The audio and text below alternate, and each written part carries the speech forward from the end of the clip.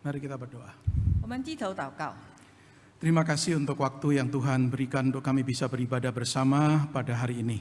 主，我们感谢你，你为我们预备时间，让我们可以一起敬拜你。 Dan sekali lagi kami bersyukur karena di tengah-tengah ibadah Tuhan, Engkau mau mengajari kami melalui firman-Mu.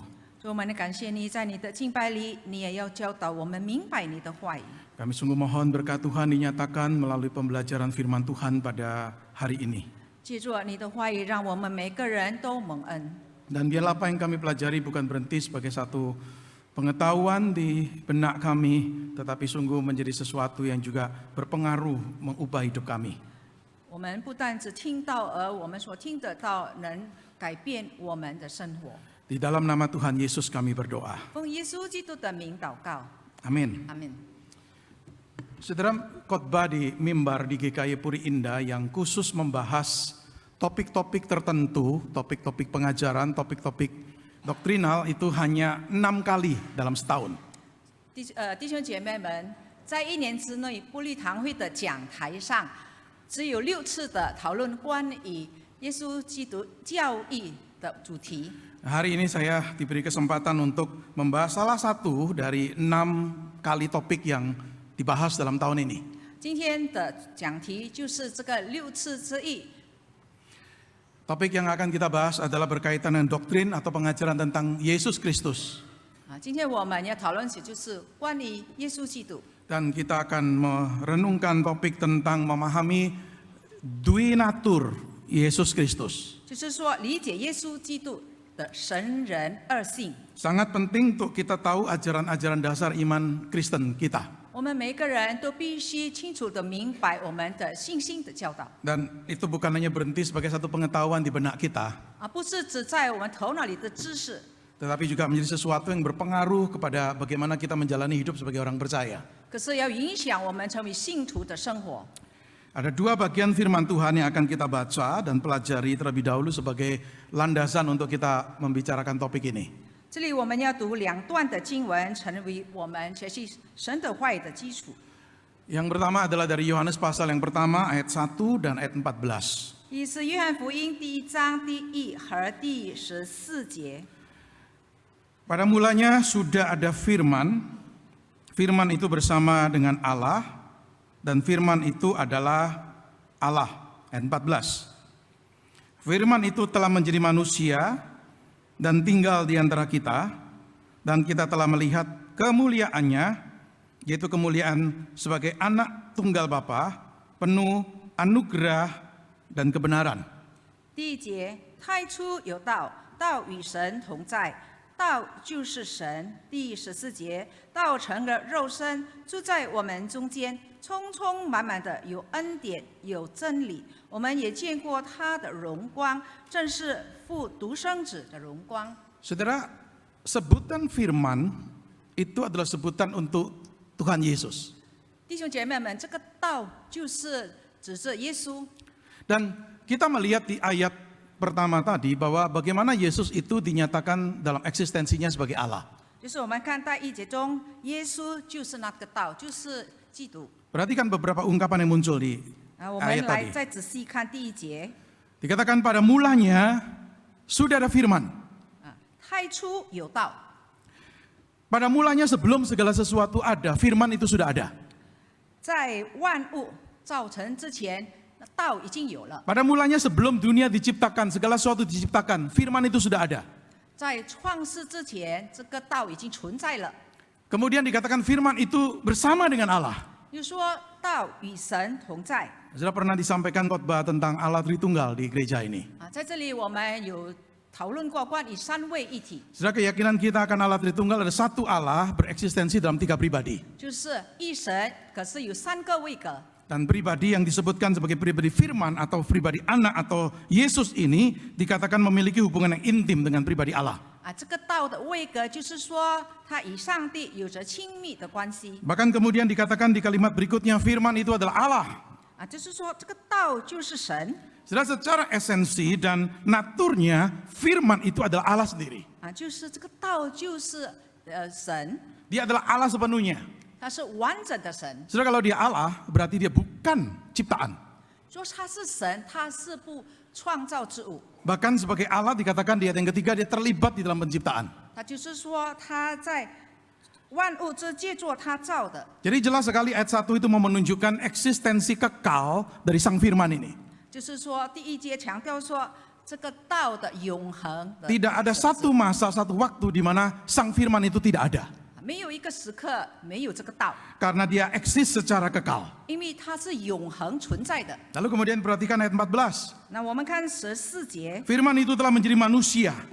道成肉身， Saudara, ini bicara Yesus yang datang dalam dunia. 就是说耶稣降世为人， Ini bicara inkarnasi. 就是说道成肉身， Bahkan terjemahan lebih tepat ada firman itu telah menjadi daging. 就是道成了肉身， Saudara, ini inkarnasi yang sepenuhnya. 就是降世为人，真正的道成肉 Artinya 身。 saudara, Yesus datang betul-betul jadi manusia.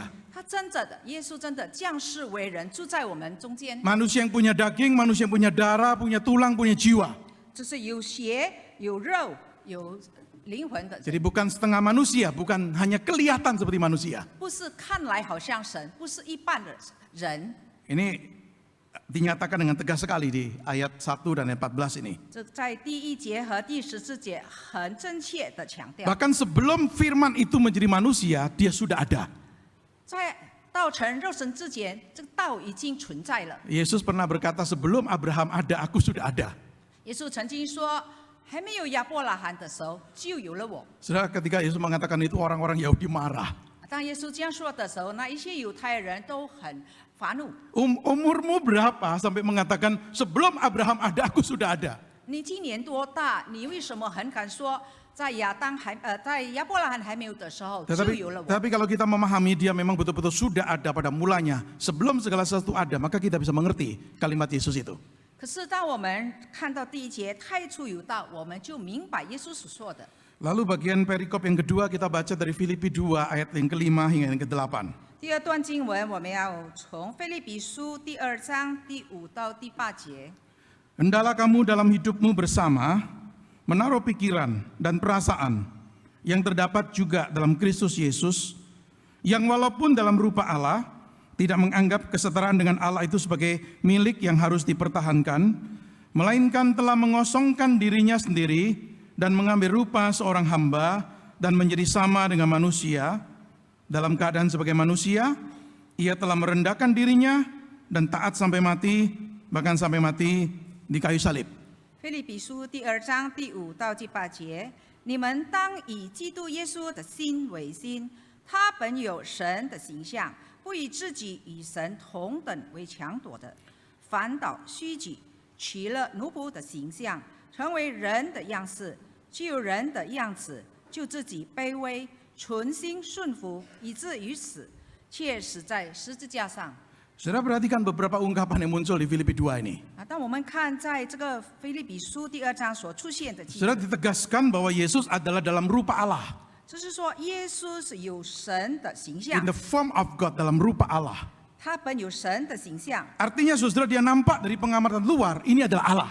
就是意思说人观看他，他就是神， Karena memang dia hakikatnya adalah Allah. 因为他本性就是属性的。 Lalu 属神 dikatakan 性的 Yesus memiliki kesetaraan dengan Allah. 他说他自己与神同等的， Artinya dia memiliki kemuliaan yang sama dengan Allah.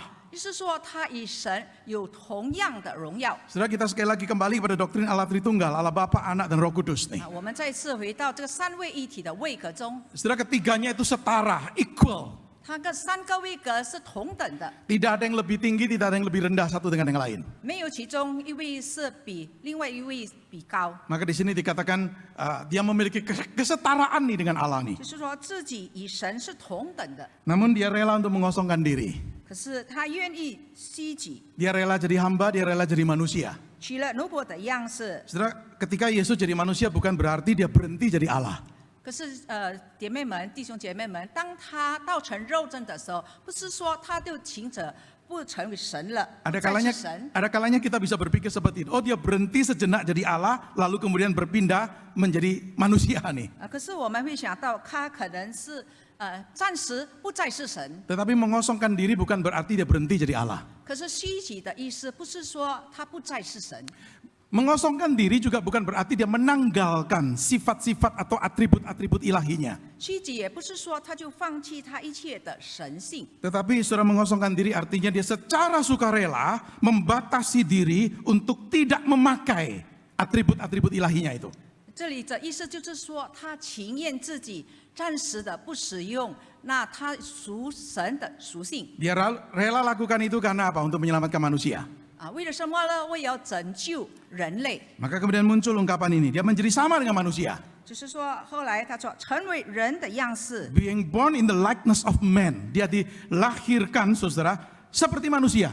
是降世为人， Dia lahirkan secara lahiriah, secara batinnya seperti manusia. 就是降生，好像一般的人一样， Artinya memang betul-betul dia menjadi manusia.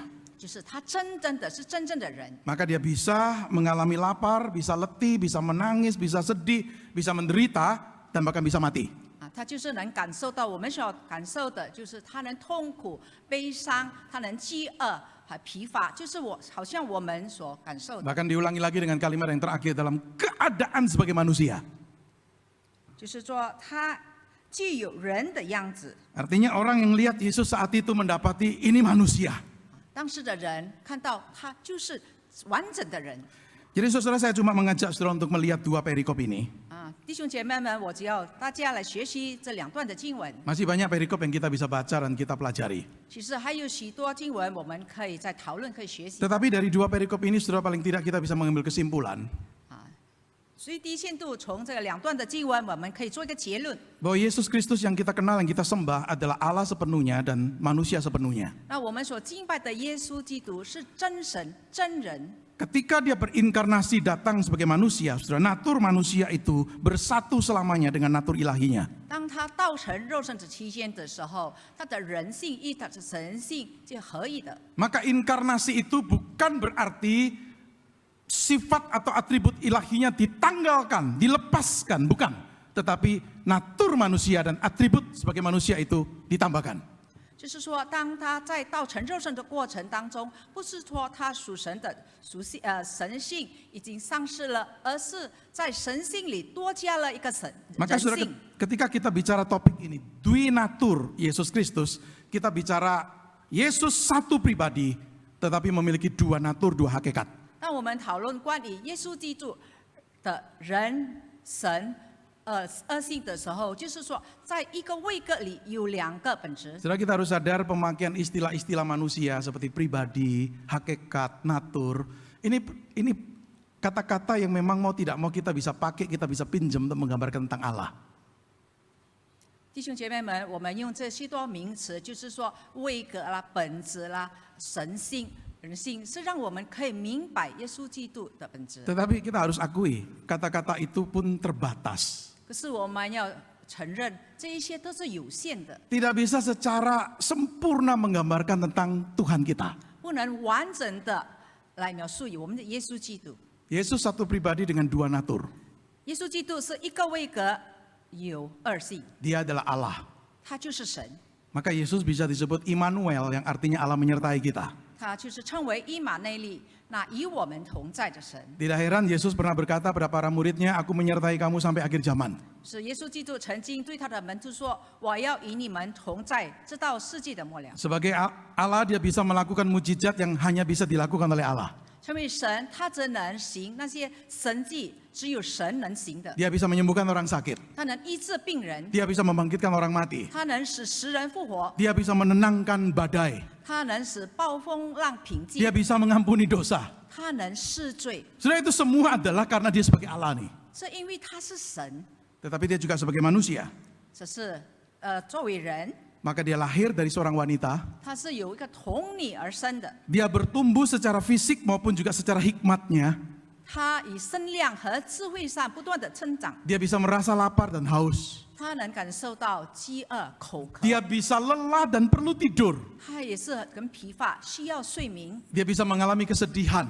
他也是会感到悲 Dia, 伤， dia mengalami pencobaan. 他也受过试探， Dia bisa menderita, 他能受苦， bahkan bisa mati. 是这能使面 Saudara, 对 ini 死 semua 亡。 bagian dari natur Yesus sebagai manusia nih. 这一切都是耶稣的另一的人性的方面。 Jadi bicara dui natur, bicara ini satu pribadi dalam dua natur Allah dan manusia. 就是说，我们在耶稣基督的格位上有神人的二性。 Saudara, kita beranggapan bahwa ini ajaran yang ya saya terima.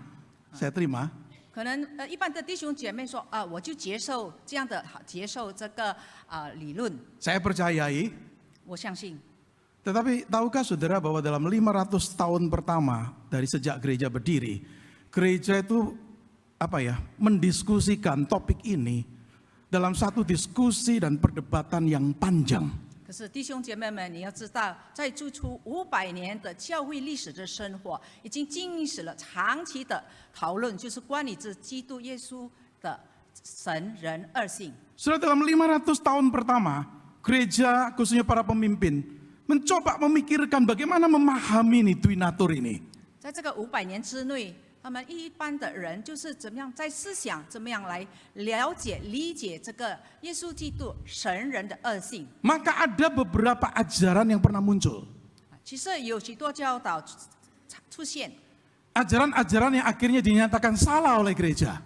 当时有许多教会认为这是错误的理解。 Mari kita melihat beberapa ajaran ini 我们看有几个教导， secara cepat saja. 很快的我们 Saudara, 3 ajaran heterodoks tentang dui natur Yesus 就 Kristus. 3个教导关于这个耶稣神人的二性。 Bagaimana setelah 3 ajaran ini muncul, lalu gereja berespon? 那我们看为了这个讨论这个理论，教会有什么反应？ Gereja berespon dalam satu pertemuan, satu konsili di kota Kalsedon tahun 451 Masehi. 为了要讨论这一些，这个教会的领袖们就在这个加提敦举行一个大会议来讨论关于耶稣神人的二性。 Saudara, meskipun saudara mungkin belum pernah mendengar nama-nama yang saya sebutkan ini, paling tidak saudara tahu inti ajaran ini. 可能弟兄姐妹们不熟悉不认识这些名称，只要这些我们明白有这样的讨论，有 Saudara, 这样的思想。 di abad keempat muncul seorang yang bernama Apollinarius. 在第4纪的时候，有一个名叫 Apollinarius 的， Maka kemudian ajarannya disebut sebagai Apollinarianisme.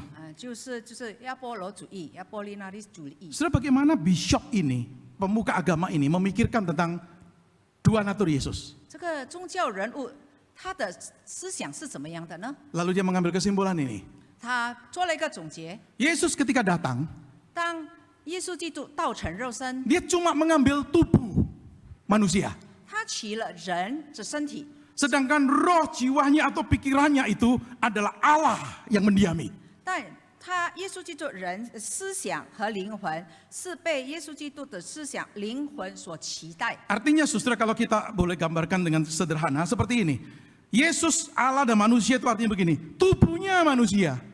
Tetapi yang lain adalah natur ilahi yang bersatu dengan tubuh. 那我们看这个图画所描写的，身体是人的身体，可是思想他的灵魂是神代替他使用的。 Setelah ajaran dui natur, Yesus nggak mengatakan Yesus manusia cuma tubuhnya aja. 这里耶稣基督神人的，而是没有说这取人的身体。 Saudara, kita tahu Yesus mengalami memiliki emosi, dia punya kehendak nih. Dia bisa lapar, dia bisa sedih, dia bisa bergumul. 耶稣基督也是有人的感情，是说他有挣扎，他也是会感到饥饿、口渴等等。 Yang kedua, 第二， di abad yang kelima muncul seorang bernama Nestorius dan dia mengajarkan seperti ini. 第5世纪有一个名叫 Nestorius 的时候，他这样的开创。 Dia mengatakan Yesus bukan hanya punya dua natur, tetapi dua pribadi. 他说，耶稣基督不只有2个本质，而他有2个位格， Pribadi Allah dan pribadi manusia. 人性的位格和神性的位格和人性的位格。 Dan harus dibedakan dua pribadi ini. 你要以这个分别。 Sesekali Yesus bertindak sebagai pribadi manusia. 有时候耶稣以人性来行事。 Misalnya kalau ditanya siapa yang mati di kayu salib. 如果问谁是死在那个十字架上的， Nah, ini pribadi manusianya yang mati. 这是他的人性。 Siapa yang berbuat mujizat menyembuhkan orang. 谁行那个神迹医好病人， Nah, ini pribadi Allahnya yang bekerja nih. 那是他的神性。 Tetapi 是行的 saudara, ajaran dui natur Yesus bukan mengatakan Yesus punya dua pribadi. Tidak. dia satu pribadi. 可是按这个耶稣基督神人二性的教导是说，他一个位格， Tapi dua natur. 有两个本质。 Yang ketiga, 第三， setelah ini kira-kira gambaran pandangan yang kedua tadi, dua pribadi yang berbeda. 这是第二个看法，就是有两个位格。 Yang ketiga, 第三， ada seorang bernama Eutyches, 就是有在犹地区， dia di abad yang kelima juga, 也是在第5世纪里， dia mengatakan begini, 他这样子说， Yesus bukan punya dua natur, 他不是有两个本质， tetapi satu natur yang merupakan campuran peleburan dari dua natur ini, ilahi dan manusia. 他只有一个性，是两个成分合在一起，合在一起。 Jadi dua natur Yesus membentuk satu natur baru.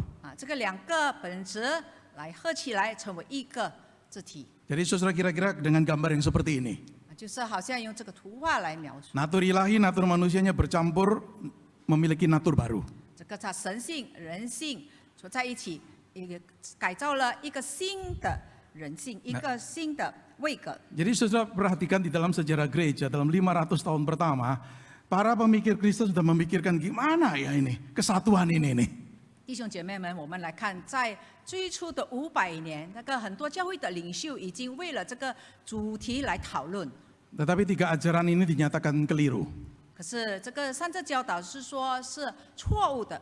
Ada pertemuan atau konsili yang diadakan di kota Kalsedon, sekarang di negara bagian negara Turki, tahun 451 Masehi, di mana kurang lebih 520 pemimpin agama, pemikir Kristen berkumpul. 是在主后451年，在加斯敦，就是在现在的土耳其那边，有520的教会领袖聚集在一起来讨论关于这。 Mereka berpikir, mereka berdiskusi, mereka berdebat, mereka memikirkan siapa Yesus dengan dua natur ini ya. 他们一直在讨论、辩论，来学习到底这个耶稣神人二性的是谁呢？ Maka rumusan yang kemudian diterbitkan oleh mereka itu kalau saya boleh ringkaskan dengan kalimat ini. 后来他们就做了个定义，就叫圣经。 Mereka mengakui Yesus truly God, truly man. Sepenuhnya Allah, sepenuhnya manusia. 耶稣是真正的人，真正的神， Dua natur ada dalam satu pribadi. 是两个本质有在一个位格里， Tetapi kemudian ditambahkan 4 hal. 可是它要加上4个本质。 Dua natur tidak bercampur. 它这个两个本质不可相混， Bukan seperti tadi Eutyches berkata ilahi manusia bercampur membentuk natur baru. 就是不好像刚才所说的人性与神性合起来成为一个新的本质。 Dua natur tidak berubah. 这两个本质不改变。 Artinya ketika Yesus datang sebagai manusia, dia dalam natur ilahinya, dia tetap nggak berubah. 就是说，当耶稣基督降世为人的，他仍然有他的属性的本质， Dan tidak terbagi. 没有缺分的， Bukan kemudian Yesus jadi dua pribadi yang berbeda. 而不是说耶稣就成为两个位格。 Tetapi juga dua natur itu tidak terpisah. 这个还有这个两个本质是不割开的， Setelah ini rumusan dari konsili di Kalsedon. 就是在这个大会里所提出的定义。 Setelah rumusan ini memang rumusan yang tidak sempurna. 这当然是不完整的。 Tetapi mencoba untuk menggambarkan begini, Kristus itu memiliki dua natur yang bersatu dengan baik, dengan sempurna. 就是说，他们要强调的就是耶稣基督有神人二性， Tetapi sifat dan karakteristik dari masing-masing natur dipertahankan. 可是那个神性、人性的本质都仍然存留、保留。 Maka pada waktu kita membaca kitab Injil, kita bisa menemukan Yesus itu bisa merasa letih, bisa lapar, bisa haus. 当我们读圣经的时候，我们也读到耶稣基督时常也是会口渴、会疲倦。 Tetapi dia juga bisa melakukan mujizat. 同时他也是能行神迹。 Dia bisa membuat roti dan ikan yang jumlahnya sedikit menjadi banyak dan bisa memberi makan untuk ribuan orang. 他也能把一些2饼5鱼分给几千人的吃。 Saudara, kira-kira gambarnya seperti ini. 我们看这个图画， Yesus di dalam kaitan dengan Allah Tritunggal, Father, Son, and Holy Spirit, saudara adalah Allah sepenuhnya, tetapi ketika dia menjadi manusia, maka the person of Christ, pribadi Yesus ini yang kita kenal, yang kita sembah, saudara, adalah memiliki dua natur ini, sebagai Allah tetapi juga sebagai manusia.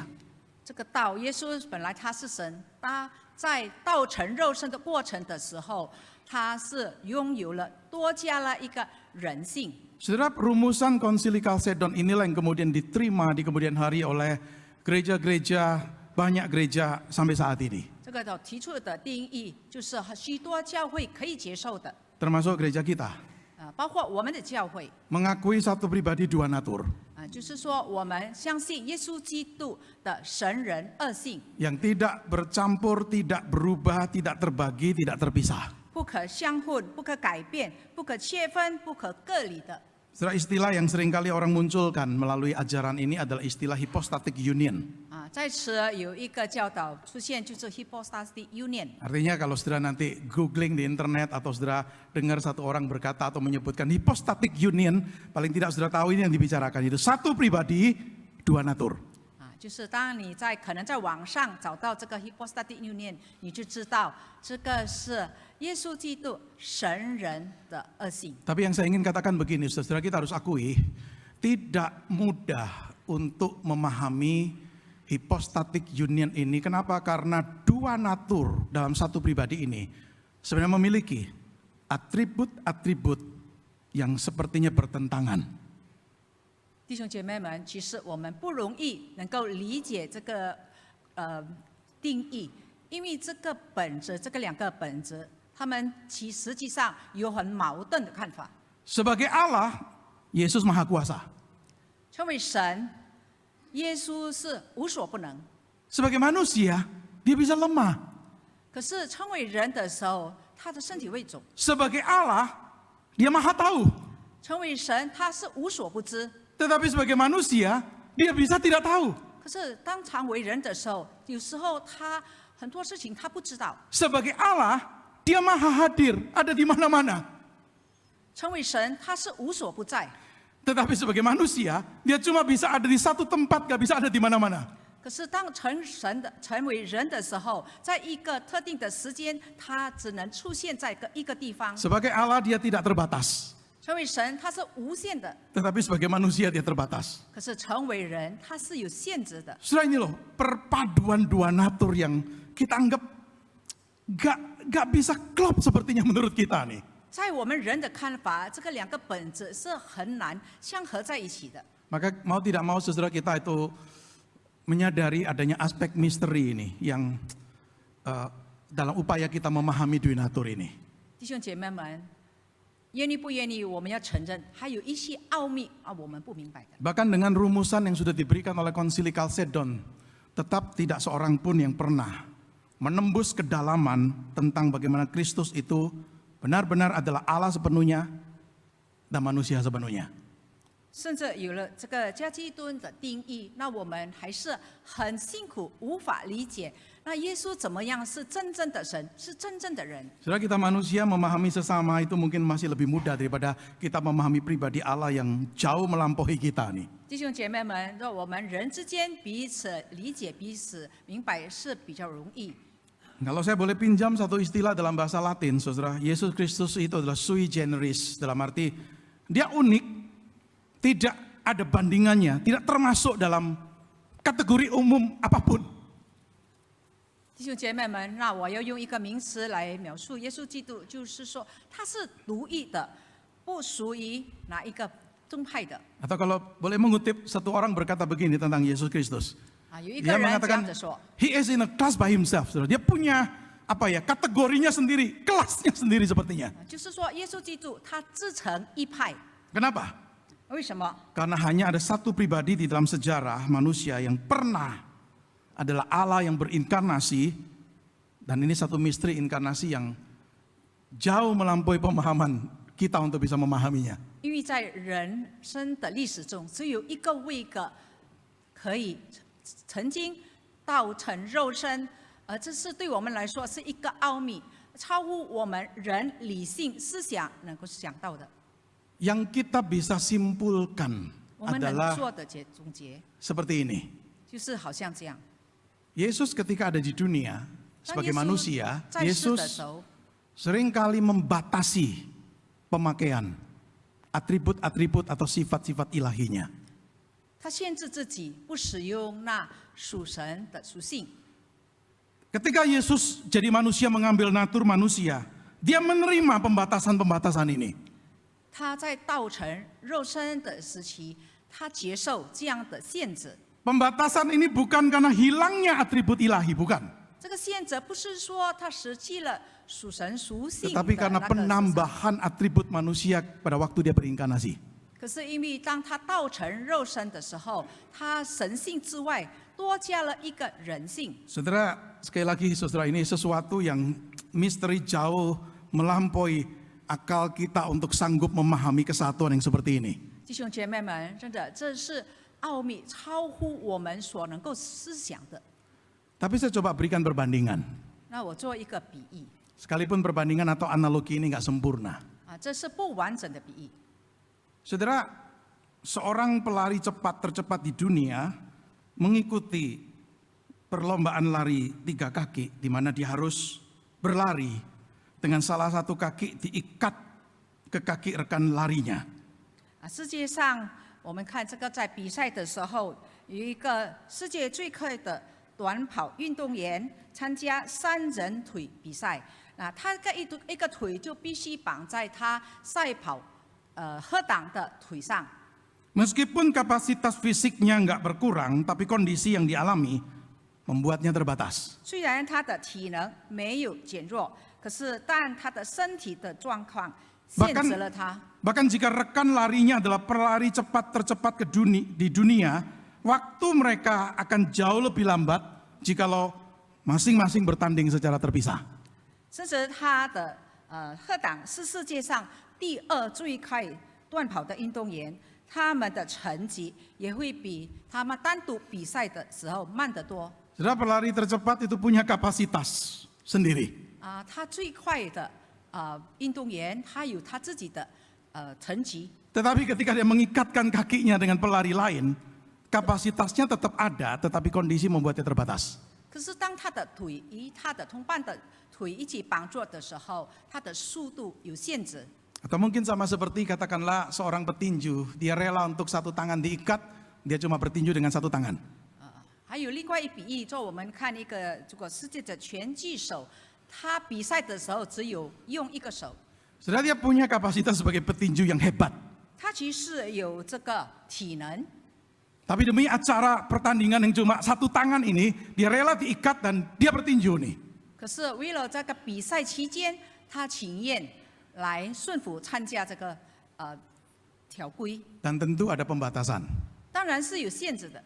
Saudara, saya coba pakai analogi ini untuk menggambarkan situasi ketika Yesus berinkarnasi sebagai manusia. 这里我要用这个比喻来描述，当耶稣在道成肉身的期间， Sama seperti pelari atau petinju yang sebenarnya bisa melepaskan ikatannya, tetapi memilih untuk membatasi dirinya selama berlangsungnya acara pertandingan itu.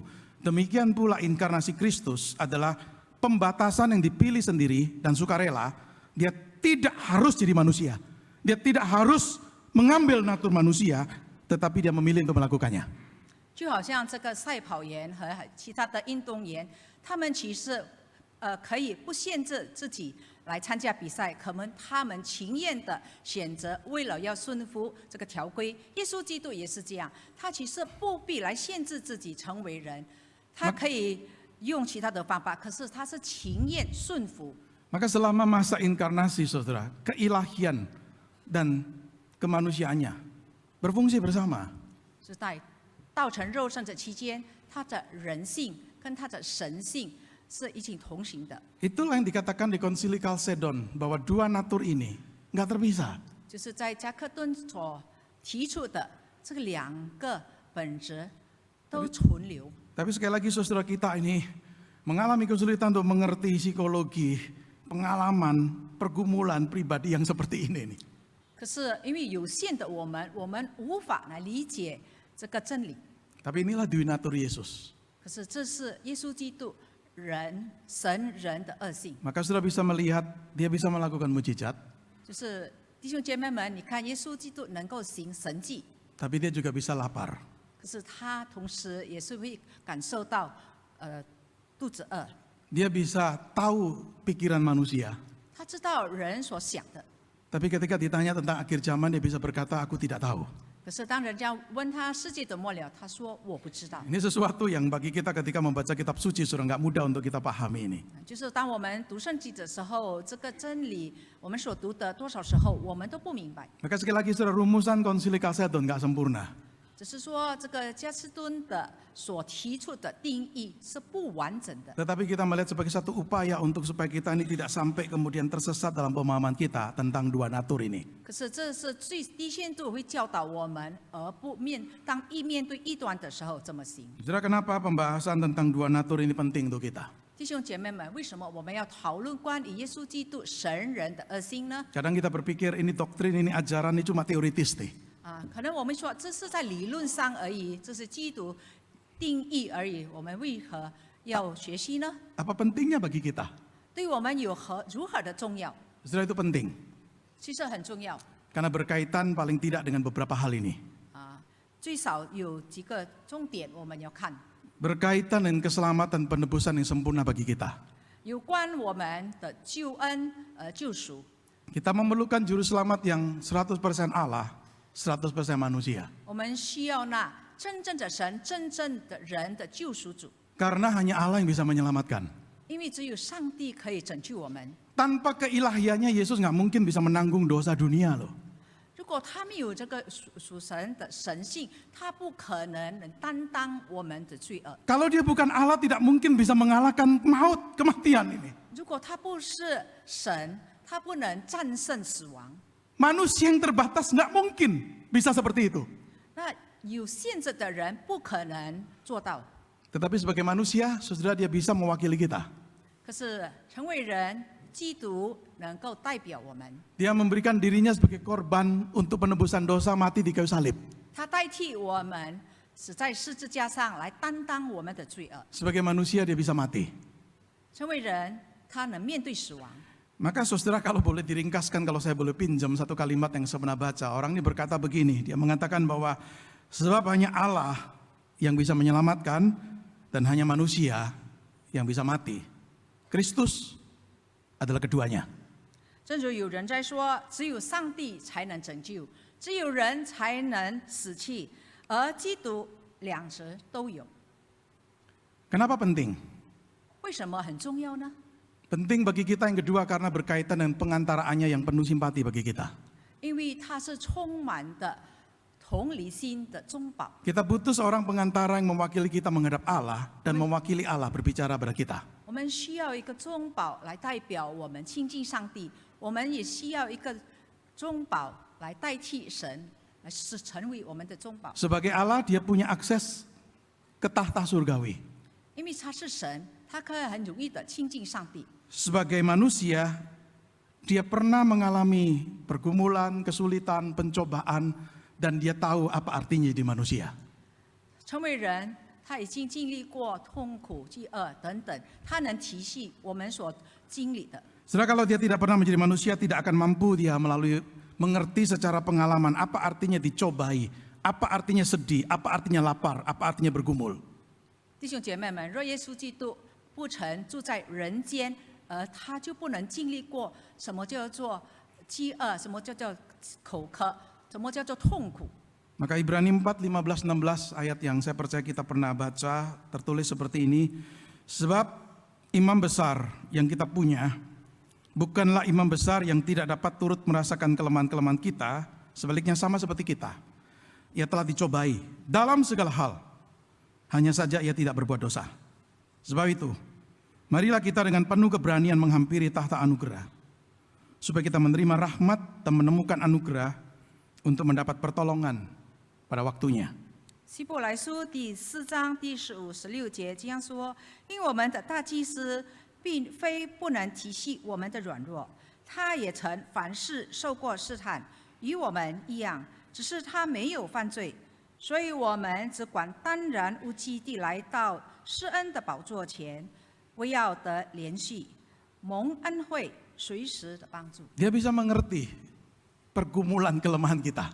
他了解我们的痛苦，我们的软弱， Tapi dia bisa bawa itu ke tata surgawi. 他能把我们的哀求带到上帝的面前。 Saudara, inilah mediator pengantar yang kita perlukan. 这是我们所需要的中保。 Dan yang terakhir, 最后， penting bagi kita karena apa? Sudah berkaitan keteladanan hidup yang konkret bagi kita. 重要性是成为我们生活的榜样。 Saudara, meskipun dia Allah, dia rela merendahkan diri jadi manusia. 虽然他是神，他卑微自己，成为人的样式， Dia rela melayani manusia. 他情愿来服侍人， Dia rela untuk menjalani kehidupan yang kudus, yang taat, yang penuh kasih dan penuh pengampunan. 他情愿经历过那个成圣顺服的生活。 Dan dia adalah teladan yang konkret bagi kita. 他是成为我们完整的榜样。 Maka tadi kita membaca Filipi 2. 当我们读腓立比书第2章， Filipi 2 tadi ayat yang kelima berkata, hendaklah kamu dalam hidupmu bersama, punya pikiran, punya perasaan, punya mindset seperti Yesus. 第5节说：“你们当以基督耶稣的心为心。” Karena Yesus telah meninggalkan teladan bagimu, supaya kamu mengikuti jejaknya.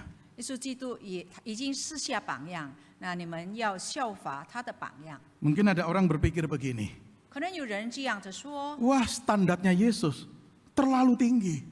耶稣的水准太高了， Siapa yang bisa seperti dia? 谁能达到那个水准呢？ Apalagi kita berkata, oh dia Allah dan manusia. 就是说他是神啊，我们是人， Betul, itu Betul. standar tertinggi. 这是很高的水准， Dan kita tidak mungkin bisa 100% seperti dia. 我们无法好像他一样。 Tapi kalau tidak ada patokan, saudara, kita akhirnya bisa pakai patokan diri kita sebagai manusia. 可是如果没有这个水准，那我们可以很随意来使用我们自己的水准。 Seringkali saudara tanpa sadar kita memakai patokan diri kita. Ya, ini memang namanya manusia yang lemah ya. Sorry aja kalau saya melakukan ini. 可能我们时常就是用借口，我们是人啊，人是软弱的。 Atau kita memakai patokan orang lain yang waktu tertentu, wah hebat. Tapi kemudian ternyata dia jatuh dalam dosa. 可能我们有时候看到人，哦，他很棒，可是有一个时候他会陷入罪恶， Lalu saudara kita merasa apa? Wah saya nggak bisa dijadikan sebagai patokan ini. 然后来说，哦，他不能成为我的生活榜样。 Atau kita kagum dengan dia tetapi kemudian menemukan, ternyata ada kelemahan nih orang ini. 我们很佩服那个人，可是当我们找到他，我们看到他的软弱的时候， Saudara, kalau kita memakai patokan standar manusia, saudara, kita akan selalu punya excuse untuk kelemahan kejatuhan kita. 弟兄姐妹们，若我们用人做水准的时候，许多时候当我们跌倒的时候，我们会用了许多的借口。 Maka kalau saudara membaca Alkitab khususnya Perjanjian Baru, cukup banyak ayat-ayat yang mengajak kita untuk makin menyerupai Yesus. 弟兄姐妹们，若你仔细的看新约圣经，其实很多经文教导我们怎么样来效法基督。 Yang dipakai sebagai standar bukan Rasul Paulus, 那我们的水准所用的不是使徒保罗， bukan Rasul Petrus, 不是彼得使徒， bukan pemimpin agama betapapun hebatnya orang itu. 不是说那个怎么棒的教会领袖。 Tetapi Yesus Kristus karena dia yang menyatakan ini loh manusia yang sesungguhnya yang Tuhan kehendaki. 可是我们要好像就这个耶稣基督，他是真正的人。 Maka waktu kita mempelajari kitab suci dan melihat dia sebagai seorang manusia, 当我们 itu satu jejak yang ditinggalkan untuk kita meneladani dia. 当我们看耶稣基督道成肉身的期间的时候，那就我们要成为我们生活的榜样。 Saudara, hari ini yang kita pelajari sesuatu yang memang mendasar tetapi kita sadar tidak mudah, cukup mendalam dan misteri bagi kita. 弟兄姐妹们，其实我们看来，我们今天所讨论的，看来是很基础，可是我们是很难，还有无法来行出来。 Tetapi justru disinilah kita semakin menyadari keunikan dari pribadi Kristus itu. 可是就在这里，我们越明白、越了解耶稣基督的特意。 Dan kita juga menyadari keunikan dari iman Kristen. 那我们也是现在才了解我们基督教信仰的特别。 Kenapa unik? 为什么很特别呢？ Karena tidak ada Allah lain yang pernah jadi manusia. 因为没有其他的神曾会降世为人。 Hanya pribadi anak, pribadi firman, sang anak Yesus inilah yang adalah Allah pernah menjadi manusia. 就是只有这个圣子，这个道曾经降世为人， Dan dia rela lakukan itu demi saudara dan saya. 他情愿这样做，为了你，为了我。 Kiranya Tuhan berkati firman-Nya. 愿神祝福他的话。 Mari kita berdoa. 我们祷告， Tuhan, kami sadar keterbatasan akal pikiran kami untuk memahami tentang Engkau yang adalah Tuhan dan Juru Selamat kami. 主，我们承认我们是有限制的，我们无法理解你的教导。 Tetapi kami mengimani sungguh Engkau adalah Tuhan sepenuhnya, Allah sepenuhnya, dan manusia sepenuhnya. 我们只要相信耶稣基督是真神、真人。 Terima kasih karena sudah menjadi Juru Selamat untuk kami. 感谢你成为每个人的救主， Sehingga keselamatan dan penebusan yang kami terima adalah penebusan yang sempurna di dalam Kristus. 所以我们所领受的救赎大恩是完美的。 Terima kasih sudah menjadi mediator, menjadi pengantara karena Engkau adalah Allah dan manusia. 感谢你已经成为了神和人的中保， Engkau mewakili kami manusia menghadap Allah dan mewakili Allah untuk berbicara kepada kami. 你代表了人类来亲近神，你也代表了神成为我们人的中保。 Terima kasih sudah meninggalkan teladan teragung apa artinya hidup sebagai seorang manusia. 感谢你赐下榜样，教我们如何活着基督徒应该活着生活， Dan mendorong kami untuk mengikuti teladan itu. 来激励我们来效法你的榜样。 Tuhan berkati apa yang kami pelajari hari ini. 求你赐福于我们已经学习的， Di dalam nama Tuhan Yesus kami berdoa. 奉耶稣基督的名祷告， Amin. 阿门。